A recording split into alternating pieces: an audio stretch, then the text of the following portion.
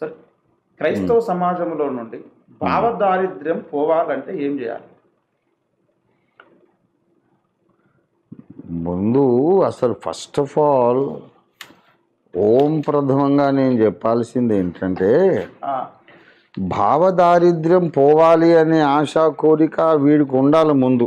Okay. భావదారిద్ర్యం పోవాలి అంటే మనోభావాల విషయంలో నాకు ఐశ్వర్యం కావాలనేది వీడికి ఉండాలి. రక్షణ పొందినటువంటి ప్రతి విశ్వాసి కూడా నేను సంపూర్ణుణ్ణి కావాలి అనే కోరిక కలిగి ఉండాలి. సంపూర్ణ సిద్ధి కావాలి, నేను సంపూర్ణుణ్ణి కావాలనే కోరిక కలిగి ఉండాలి.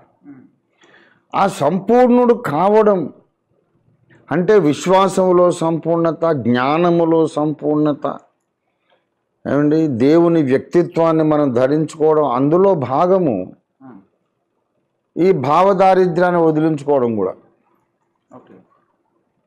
వీడు సంపూర్ణ సిద్ధి పొందిన వాడికి భావదారిద్ర్యం ఉండదు.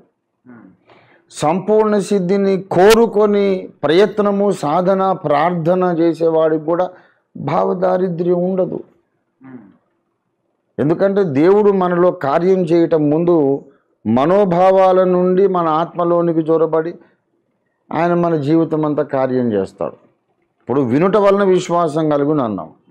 ఈ చెవులు వింటాయి, విన్న సమాచారం ముందు మైండ్లోకి వెళ్తుందిగా, మన భావజాలం మారిపోతుంది. భావజాలాన్ని మార్చడం ద్వారా మనసు మారి నూతన మగుట వలన రూపాంతరం పొందమన్నాడుగా. గనక ముందు ఈ భౌతికమైన చెవుల ద్వారా దైవ సందేశం మనసులోకే వెళుతుంది, భావజాలం లోపలికి వెళుతుంది, అక్కడి నుంచి ఆత్మను టచ్ చేస్తుంది. కాబట్టి నేను సంపూర్ణుణ్ణి కావాలి అనే ఆశ కలిగిన వాడికి ఎప్పుడూ భావదారిద్ర్యం ఉండదు.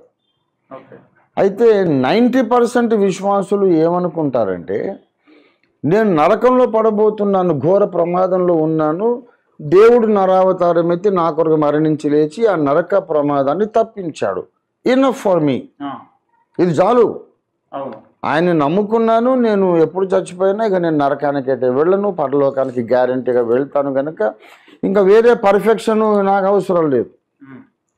ఏదో ఇప్పుడు ఈ భూమి మీద నా బ్రతుకాలం ఏదో సజావుగా ప్రశాంతంగా గడిచిపోతే చాలు, కావలసిన ఆస్తిపాస్తులు, సంపదలు, అన్నవస్త్రాలు, సమాజంలో కాస్త గౌరవ స్థానం ఉంటే చాలు, ఇంకంతకంటే గొప్ప గొప్ప సంగతులు నాకెందుకంటే అనుకున్న వాళ్ళే 90% ఉంటారు.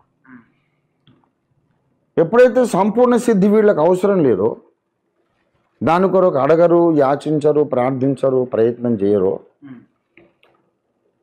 అప్పుడు వీళ్ళ భావాల ద్వారా సత్యాన్ని, సంపూర్ణ సిద్ధిని ప్రవేశపెట్టాలనే దేవుని ఆపరేషన్కు అడ్డుకట్టేసినట్టు అయిపోతుంది.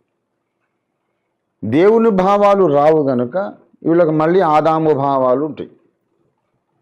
మరి అదే భావదారిద్ర్యం. Okay sir, thank you sir.